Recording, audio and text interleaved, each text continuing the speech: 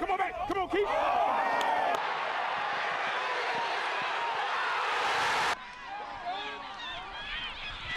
Good job, man.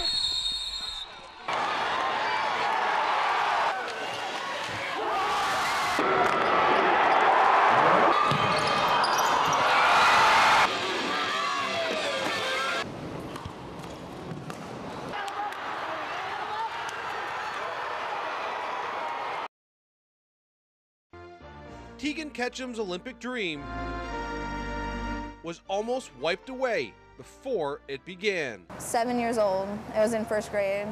I started limping, and when they took the x-ray, they were appalled I could even walk.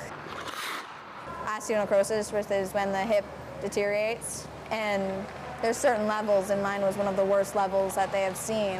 It's called Legg-Calvé-Perthes disease, and to an active child, it's crushing. They are telling me I wasn't going to play sports again, I wasn't going to be able to run again, and it was heartbreaking. I was crying in the office. It was so emotional.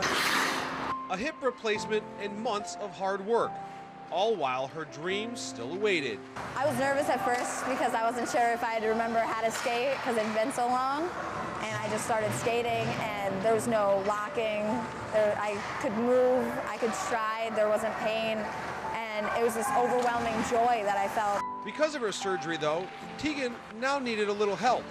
Reebok stepped up with something they'd never tried before. They were like, we'd be glad to help, and they actually took carbon fiber, which is so much lighter than rubber, and put it on the bottom of my skate. I didn't know until I looked at her skate. Her one skate has a lift in it, because the one leg is shorter. I felt like I was flying. I felt like I was faster than anybody in the world with skating. It was such a difference. Tegan's dream, though, was still not in the clear, not by a long shot.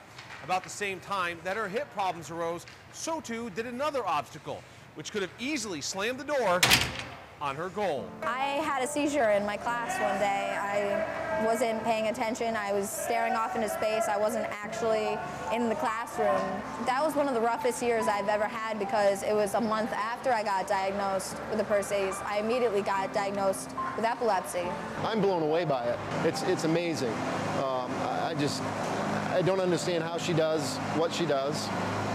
And listening to her mom talk about, the years of all the things she had to deal with, it's just amazing. There you go, Ariella!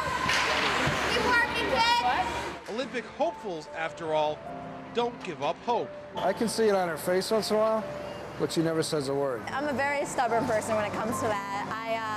I try to work through the pain as best I can. We played a game up in Chazy, and it was a pretty grueling game, and we get back to the hotel, and she's filling up the tub with ice and water, and she's climbing in there. It's a huge dedication. Again, it's convincing yourself to sit just for 10 minutes in ice cold water.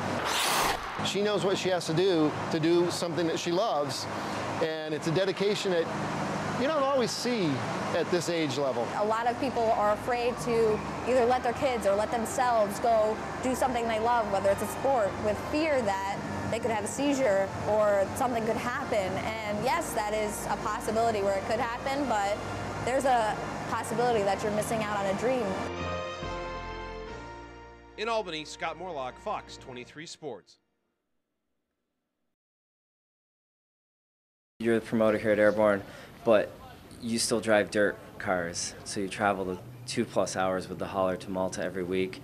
Why do you keep driving that distance every week? Because I just like racing at Malta and racing with the guys that race there. It's my favorite place to go. And you finally got a win after 4 years, a couple weeks ago. How gratifying after all those years is it to step back in winner's circle against some of those guys that are pretty tough down there?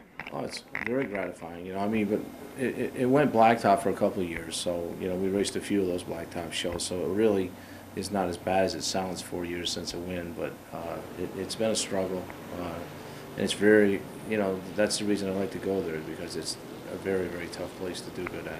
There's weeks you come down, you look great, and then there's weeks that the brakes aren't there for you. How discouraging is it, but you still keep coming back? Well, it's not, because, there's a reason why. That if you don't go good, there's a reason why, and it's usually because we just didn't work hard enough that week, or that month, or that year, or whatever.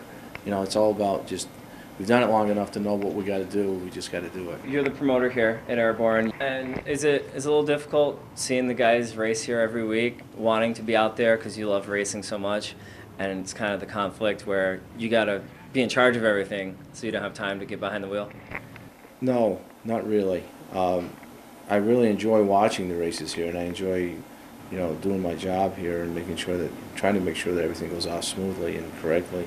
So if I'm in a race car, I can't do that, and so I don't have any problems watching the races at all.